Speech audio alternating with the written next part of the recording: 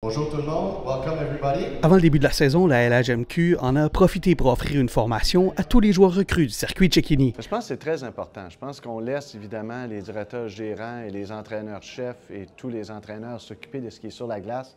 Notre rôle à nous, c'est de s'assurer que tout le support et tous les pièges potentiels sont bien identifiés pour que les joueurs maximisent leurs 4-5 ans avec nous, puis surtout que ça reste les années les plus belles de leur vie.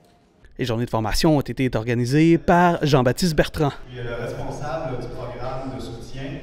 Mon rôle, c'est d'assurer que les joueurs et le personnel ont la meilleure expérience possible comme être humain dans la Ligue. C'est surtout de soutenir les joueurs, mais vraiment en collaboration avec le personnel de soutien. On a une super belle journée en prévision pour vous autres. Le but de la journée, surtout, c'est de vous donner des outils. Les conférences se sont tenues dans un premier temps à Moncton pour les équipes des Maritimes et ensuite à Trois-Rivières pour toutes les équipes du Québec. Donc, on va parler de l'aspect légal, donc des conséquences de certains comportements. Et puis, on va parler de prévention de comportements sexuels problématiques. Encore là, c'est vraiment parce qu'ils vont passer entre 2 et 5 ans dans notre ligue, puis on veut qu'ils aient la meilleure expérience possible. Ils vont développer des amitiés pour la vie, donc on veut vraiment qu'ils évitent certains pièges pour tirer le plus grand parti de cette expérience-là. Ceux qui ont des cours à distance vont à la classe école. On présente aussi aux joueurs le deuxième objectif de la journée, le programme scolaire et le programme d'encadrement et de soutien à la Ligue. Pour l'occasion, la LHMQ avait invité la sexologue Anne-Marie Lavoie et l'infirmière clinicienne Jeanne Lefebvre. Il y a beaucoup d'enjeux par rapport à ça en général dans la société de nos jours. On essaie d'en parler de plus en plus justement pour aller agir en prévention. Fait que nous, ce qu'on fait notre atelier, c'est vraiment un atelier ludique qui va venir inclure la participation des jeunes pour que l'apprentissage se fasse bien justement.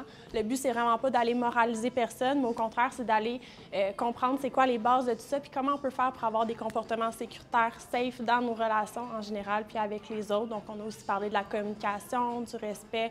C'est vraiment un atelier complet à ce niveau-là. Je trouve ça vraiment important, puis justement, je suis contente que la Ligue prenne des mesures comme ça pour qu'on puisse faire des ateliers de ce type-là.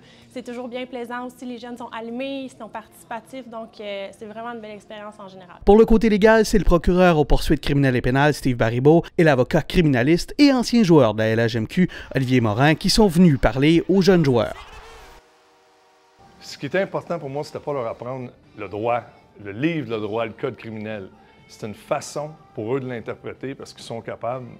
Le droit, c'est fait pour les hommes. C'est une façon de l'interpréter puis une façon de prévoir, leur trouver des trucs pour comprendre les situations puis les prévoir. Comme les étudiants athlètes vivent une réalité un peu différente de la plupart des étudiants de leur âge, la LHMQ s'est aussi assurée d'inviter son partenaire, la Fondation Aléo. Dans le fond, ce qu'on a répété aux jeunes, c'est vraiment d'essayer de voir plus grand que le hockey, d'être des athlètes qu'on appelle 365. Donc, d'avoir un grand plan et non essayer de jongler avec plusieurs plans, comme ça, c'est mon plan hockey, ça, c'est mon plan scolaire, ça, c'est mon plan de carrière.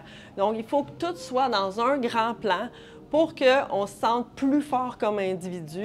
Ce que ça va faire, c'est que ça va diminuer le stress puis ça va permettre aux jeunes de pouvoir performer davantage et aussi plus longtemps et en meilleure santé. Il s'agissait d'une première pour une formation de genre et le commissaire semblait très content de l'expérience. Puis, quand on a 15, 16 ou 17 ans, ils ne sont pas évidents.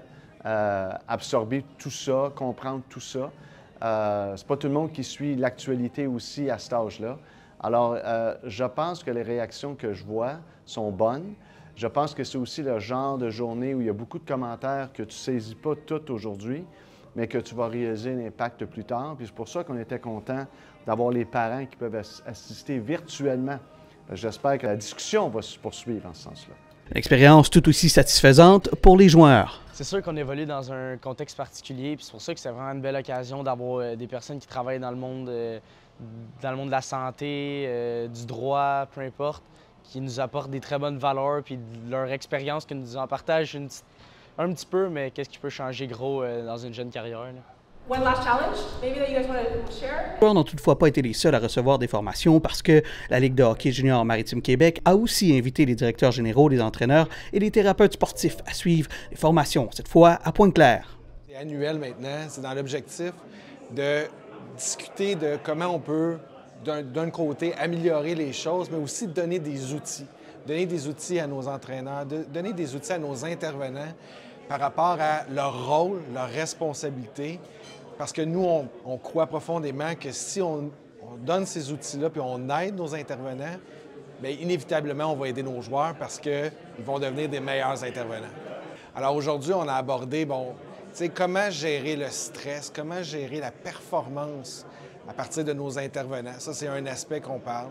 Évidemment aussi, on va avoir des sujets plus au niveau du hockey. Évidemment, on va profiter de l'occasion pour pouvoir. Mais aussi, comment on gère la compassion. T'sais, exemple, avec nos thérapeutes qui souvent vont recevoir nos joueurs, comment eux, on les aide par rapport à ça? C'est pas toujours facile d'être sur la première ligne. Donc, c'est un peu ça qu'on fait aujourd'hui. Oui, je pense que la communication, je le vois beaucoup. J'ai eu la chance de jouer à ce niveau-là là, plus de 25 ans. Le hockey a changé, c'est la réalité.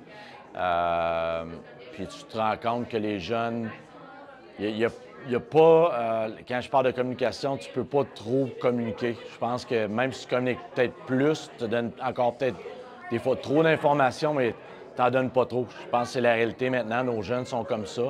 Puis aujourd'hui, je pense qu'ils nous ont, on ne va pas dire rassurés, mais ils nous ont confirmé que c'est la nouvelle génération, si on peut dire, qui est comme ça. Puis c'est drôle parce que c'est quelque chose que j'ai parlé avec mes entraîneurs en début d'année, que je veux qu'il y ait plus de communication. Les jeunes veulent savoir pourquoi j'ai pas joué ce chiffre-là en deuxième période. L'entraîneur s'en rappelle peut-être pas, mais le jeune, lui, s'en rappelle. Fait que c'est tous des petits exemples comme ça. Bref, comme le rappelle le directeur des communications, Raphaël Doucet, la LHMQ ne fait pas que développer des athlètes. Dans notre ligue, on a des joueurs de 16 à 20 ans, mais surtout, on a des êtres humains. Puis on veut donner des outils aux entraîneurs, aux directeurs généraux, aux thérapeutes pour justement mieux encadrer ces êtres humains-là.